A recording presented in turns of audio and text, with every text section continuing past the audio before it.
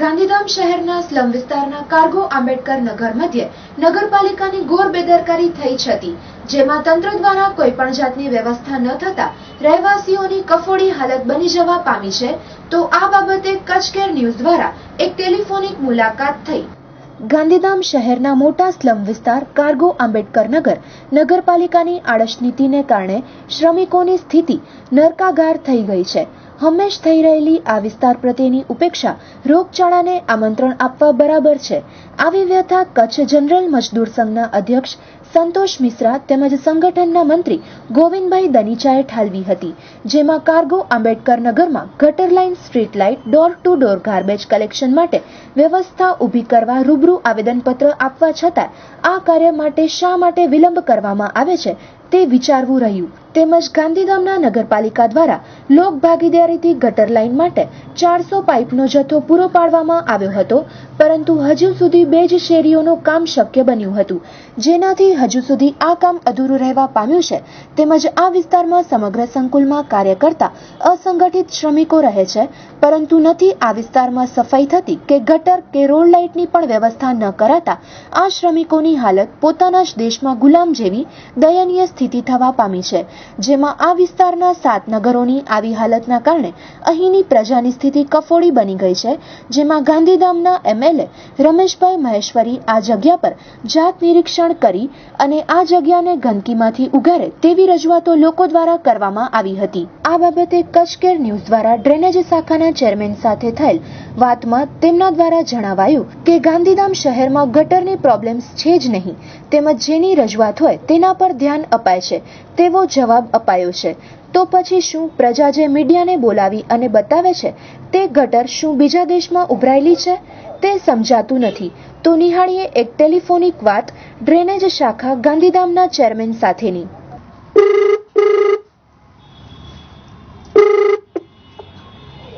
હાજી નમસ્કાર સાહેબ, કચ્છ કે ન્યૂઝ માંથી રાજુભા વાત કરી રહ્યો છું.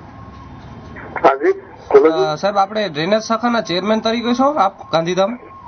હા. તો શું નામ સાહેબ આપનું?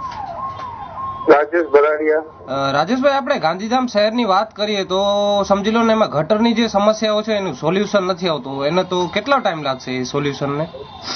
એટલે તમે કયા નંબર મને આપી શકશો કે તમે કયા નંબર બોલે કઈ પ્રોબ્લેમ વિશે વાત કરી રહ્યા છો? ગટરની વાત કરું છું. ડ્રેનેજ શાખા અત્યારે કોઈ ગટરની એટલી મેજર કોઈ પ્રોબ્લેમ છે નહીં. જે આપણને કમ્પ્લેન લખાવે છે એ લોકોનું એ દિવસે સોર્ટ આઉટ કરી દઈએ છીએ. અચ્છા, તો વધારેમાં વધારે એક દિવસ. અત્યારે કાર્ગો ઝુંપડપટ્ટી છે એમાં દેખાઈ રહ્યું છે. કાર્ગો ઝુંપડપટ્ટી વિસ્તારની વાત. કાર્ગો ઝુંપડપટ્ટીની અંદર એવું છે જ્યાં ગટર લાઈન જ નથી. અત્યારે અમારી જે નવી બોડી આવી એના સહયોગથી અમે લોકો અત્યારે એક 2 લાઈનો પાસ કરી છે. એનું કામ ચાલુ છે. અને એના પેલા જે પોન્ડ ભરાયેલો હતો પોન્ડ માટે અમે પોતે જ અમારી ટીમ લગાડી, કારણ કે આની અંદર કચરો ફસાયેલો હતો. એ લોકોનું જે રસ્તાની વચ્ચેથી જે નાળું જાય છે ને, લોકોએ કચરાનો ઢગલો કર્યો હતો.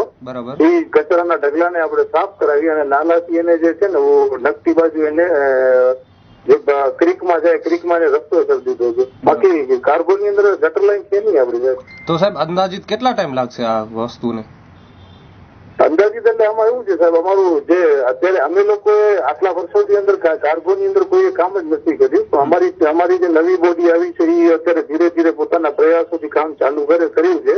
એટલે કાર્ગોની અંદર ગટર લાઈન એવી છે કે અત્યારે બે અમે નાખી છે. હવે જેમ સ્ટેજ આવશે જે લોકોના પ્રોબ્લેમ છે એ પ્રોબ્લેમોનો સોલ્વ કરીને આગળ વધતા જશે. અત્યારે કોઈ મેજર કોઈ પ્રોબ્લેમ નથી કાર્ગોની અંદર. એટલે આમાં શું છે, એક તરફ આપણે નરેન્દ્રભાઈ મોદી કહી રહ્યા છે કે ડિજિટલ ઇન્ડિયા, બરોબર ને, ફાસ્ટ મતલબ ફાસ્ટ ઇન્ડિયા.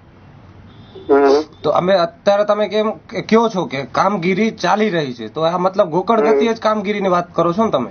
આની અંદર એવું છે સાહેબ, કાર્ગો જે છે ને તમને ખ્યાલ નહીં હોય મિત્ર, જયારે હમણાં લોક દરબાર હતો, બરાબર, શંકરસિંહ ચૌધરી સાહેબ નો જયારે લોક દરબાર હતો તેની અંદર કાર્ગોની અંદર વિવિધ પ્રશ્નો વિશે ચર્ચા વિચારણા થઈ હતી. ત્યારે એ સ્ટેજ ઉપર બધાની વચ્ચે ચર્ચા થઈ હતી, કારણ કે કાર્ગો જે છે ને અત્યારે 155 પૈકીની જગ્યા છે, કંડલા પોર્ટની છે, એની ઉપર આજે આ વસાહત બેસેલી છે.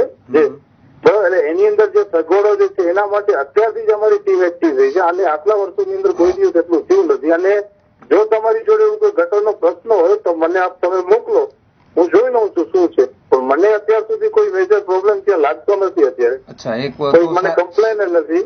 નહીં તો અમારી પાસે ઓનલાઈન કમ્પ્લેન હોવી જોઈએ નગરપાલિકામાં અથવા નગરપાલિકાના રજીસ્ટર ઉપર લખેલી હોવી જોઈએ. તો સાહેબ આપ મૂળ ગાંધીધામના જ છો?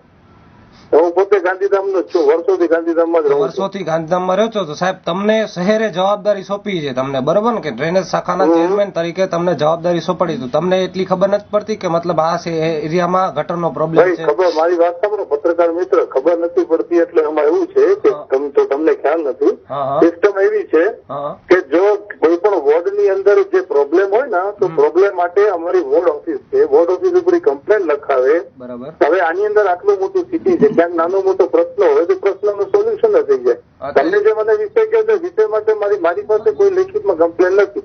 આમાં હું તમને એ જ કહું છું કે જો અમારી જોડે પ્રશ્ન આવે નગરપાલિકા જોડે અને હું તમને કહી દઉં ત્યાં તમે વિન્ડો ઉપર તમે લેટર આપી જાઓ, ડાયરેક્ટ લેટર મને પણ પહોંચે છે સીસીમાં. અને હું તમને કહી દઉં કાર્ગો ની અંદર જયેલા છે. કાર્ગો ને મૂકી દો ને, કાર્ગો ને એરિયા વાઇઝ નથી કરતો, એરિયા વાઇઝ નથી કરતો, હું આખા ગાંધીધામ શહેરની વાત કરું છું. તો હું કહું છું તમારે પ્રશ્ન આપો ને સાહેબ કે આ વિસ્તારમાં આ પ્રોબ્લેમ છે તો આપણે એનું સોલ્યુશન તમને કરીને બતાવશું. અને અત્યારે કોઈ એવો મેજર કોઈ પ્રોબ્લેમ નથી ગટરનો ગાંધીધામની અંદર. ગાંધીધામની અંદર મેજર કોઈ પ્રોબ્લેમ નથી, તમે એમ કહેવા માંગો છો? નથી. જે અમારી પાસે વોર્ડ ઓફિસ ઉપર આવે છે એનો પ્રોબ્લેમ તરત જ સોલ્યુશન કરવામાં આવે છે. નથી આવતો તો હું પોતે અને અમારા કારોબારી ચેરમેન અને અમારી આખી ટીમ જઈ કરી એનું સોલ્યુશન લાવે છે. અચ્છા, એવું છે. ઠીક છે સાહેબ. ઓકે, ધન્યવાદ સાહેબ.